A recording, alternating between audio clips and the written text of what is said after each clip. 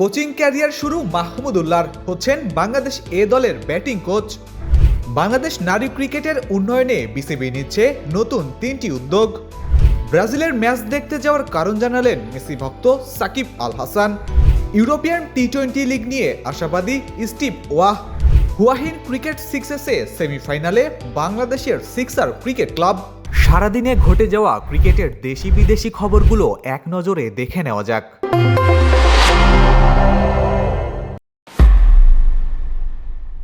সাবেক অধিনায়ক মাহমুদুল্লাহ রিয়াদ এবার আনুষ্ঠানিকভাবে কোচিং ক্যারিয়ার শুরু করতে যাচ্ছেন। আগামী আগস্টে অস্ট্রেলিয়ায় টপ এন্ড টি-20 টুর্নামেন্টে বাংলাদেশ এ দলের ব্যাটিং কোচ হিসেবে দায়িত্ব পালন করবেন। একই সফরে প্রধান কোচ হিসেবে থাকবেন সোহেল ইসলাম এবং সহকারী কোচ হিসেবে যোগ দেবেন সাবেক ওপেনার ইমরুল কায়েস। সফল টি-20 বিশ্বকাপ শেষে দেশে ফেরা বাংলাদেশ নারী দলের উন্নয়নে নতুন পরিকল্পনা হাতে নিয়েছে বাংলাদেশ ক্রিকেট বোর্ড। নারী উইংয়ের দায়িত্বে থাকা রফিকুল ইসলাম বাবু ক্রিকেটারদের সঙ্গে বৈঠক করে সুযোগ সুবিধা বাড়ানো, তৃণমূল থেকে পেসার তুলে আনা এবং নারী স্কুল ক্রিকেট চালুর বিষয়ে আলোচনা করেছেন। নারী ক্রিকেটের ভিত্তি আরও শক্তিশালী করতেই এই উদ্যোগ নিয়েছে বিসিবি। ব্রাজিলের ম্যাচে উপস্থিত হয়ে আলোচনা তৈরি হলেও নিজের অবস্থান পরিষ্কার করেছেন সাকিব আল হাসান। তিনি জানান, সৌভাগ্যবশত টিকিট পাওয়ায় বিশ্বকাপের ম্যাচটি দেখতে গিয়েছিলেন, ব্রাজিলকে সমর্থন করতে নয়। সাকিব বলেন, তিনি এখনও আর্জেন্টিনার সমর্থক এবং দল পরিবর্তনের কোনো প্রশ্নই ওঠে না।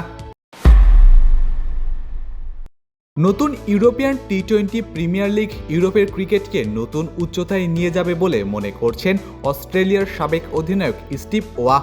তার মতে Mitchell Marsh, Steve Smith, Tim ডেভিডের মতো বিশ্বমানের ক্রিকেটারদের সঙ্গে খেলার সুযোগ স্থানীয় ক্রিকেটারদের দ্রুত উন্নতিতে বড় ভূমিকা রাখবে। আগামী 26 আগস্ট থেকে শুরু হতে যাওয়া উদ্বোধনী আসরে আয়ারল্যান্ড, স্কটল্যান্ড ও নেদারল্যান্ডসের 36 জন ক্রিকেটার অংশ নেবেন। থাইল্যান্ডে অনুষ্ঠিত হুয়াহিন ক্রিকেট সিক্সেস টুর্নামেন্টে শেষ 4 নিশ্চিত করেছে বাংলাদেশের সিক্সার ক্রিকেট ক্লাব। গ্রুপ পর্বে এসপিজি ও এসসিসি মালদ্বীপকে হারিয়ে সেমিফাইনালের টিকিট কেটেছে দলটি, যদিও একটি ম্যাচ বৃষ্টিতে পরিত্যক্ত হয়েছে। এখন ফাইনালে ওঠার লড়াইয়ে মেলবোর্ন মাভেরিক্সের মুখোমুখি হবে বাংলাদেশের প্রতিনিধিরা।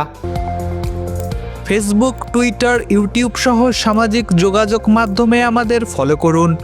ক্রিকেট দুনিয়ার সকল খবর সবার আগে পেতে ভিজিট করুন www.dailycricket.com.bd।